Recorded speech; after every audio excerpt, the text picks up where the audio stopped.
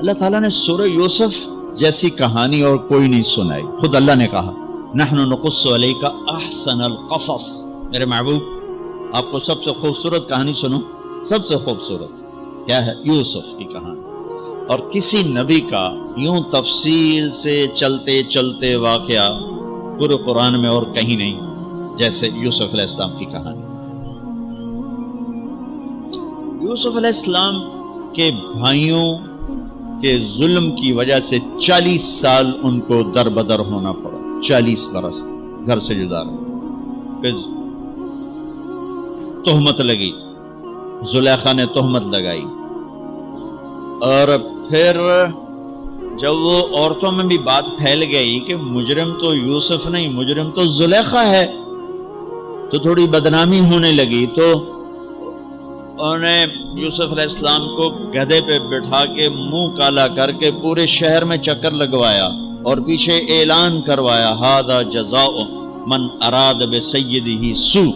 جو اپنے آقا سے برائی کرے اس کی یہ جزا ہے.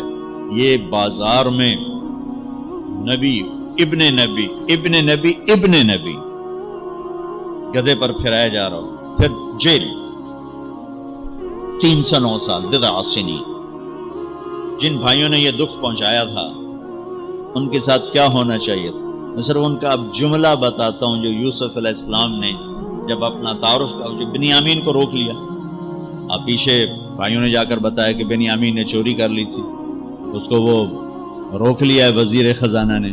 یعقوب علیہ السلام نے فرمایا کہ نہیں بیٹے میرا یہ خط لے جاؤ اور اس کو دے دو تو وہ امیدیں چھوڑ دے. تو وہ خط ایک بڑا دردناک، وہ بڑی تحریر تھی. لکھا تھا عزیز مصر کے نام، ہم انبیاء کی اولاد شروع سے ہی آزمائش کی بھٹی میں ہیں. میرے دادا کو آگ میں ڈالا گیا، میرے چاچا کو چھری کے نیچے سے نکال، باپ کا لفظ آتا ہے، میرے باپ کو، چاچا کو بھی باپ عربی میں کہتے ہیں، چھری کے نیچے سے نکالا گیا. میرے بچے کو مجھ سے چھینا گیا. آج 40 سال ہو گیا، مجھے اس کی خبر نہیں. تیری بڑی مہربانی میرا بیٹا واپس کر دے، ہم چور نہیں. اچھا چونکہ یعقوب بھی نبی، یوسف بھی نبی، جب یوسف علیہ السلام اقتدار میں آ گئے تو اللہ کی طرف سے اجازت نہیں باپ کو بتانے کی کہ بھائی بتا دو میں ٹھیک ٹھاک ہوں. خاموش خاموش. صبر پک رہا ہے پک رہا ہے پک رہا ہے. جب یوسف علیہ السلام نے خط پڑھا تو بہت روئے اور اللہ کی بارگاہ میں دعا کی، یا اللہ اب مجھے ملا دو، اپنے گھر والے ملا دو، کل مجھے بتا دو. پہلے روکا ہوا کہ اب بتا دو. تو یوسف علیہ السلام نقاب اوڑھتے تھے، اپنے حسن ایسا تھا، نقاب اوڑھتے تھے کوئی فتنے میں نہ پڑے. جب وہ دوسری دفعہ بھائی آئے، تیسری دفعہ، تو ایھا العزیز قد مسنا واہلنا الضر وجئنا ببضاعة مزجاة فأوف لنا الكيل وتصدق علينا ان اللہ یجزی المتصدقین. کیا عاجزی ان کلمات. جناب لائے تو کچھ نہیں ہے، تو یہ 2 پھوٹی کوڑیاں ہیں، ہمیں کچھ غلہ دے دو، بڑی بھوک اور فاقہ ہے. تو یوسف علیہ السلام نے ایسے نقاب ہٹایا، ایک دم انہوں نے یوں دیکھا، ابھی پہچانا نہیں. میں یہ جملہ بتانا چاہتا ہوں کہ اللہ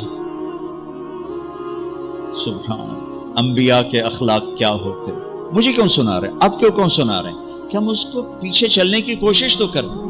کیوں بد اخلاق ہو کے مرنا چاہتے؟ کیوں لوگوں کے دل توڑ توڑ کے اپنی قبر میں جاتے ہیں؟ اسے ٹوٹنے دو، اسے اللہ اقبال کی قبر روشن کرے. تو بچا بچا کے نہ رکھ اسے، تیرا آئینہ ہے وہ آئینہ کہ شکستہ ہو تو عزیز تر ہے نگاہ آئینہ ساز میں. اسے ٹوٹنے دو، اس کے ٹوٹنے پر اس کی قیمت بڑی لگے گی. اس سے وہ فریادیں نکلیں گی جو عرش کو ہلا دی. جو ساز سے نکلی ہے وہ دھن سب نے سنی ہے، جو تار پہ بیتی ہے وہ کس دل کو پتا ہے. اس سے وہ نغمے نکلیں گے کہ اللہ کے عرش کو ہلا دیں گے. اپنے آپ کو توڑ دو، دوسرے کو مت ٹوٹنے دو. اپنے آپ کو توڑ دو، اپنے آپ کو توڑ دو کہ کائنات کا اٹل قانون ہے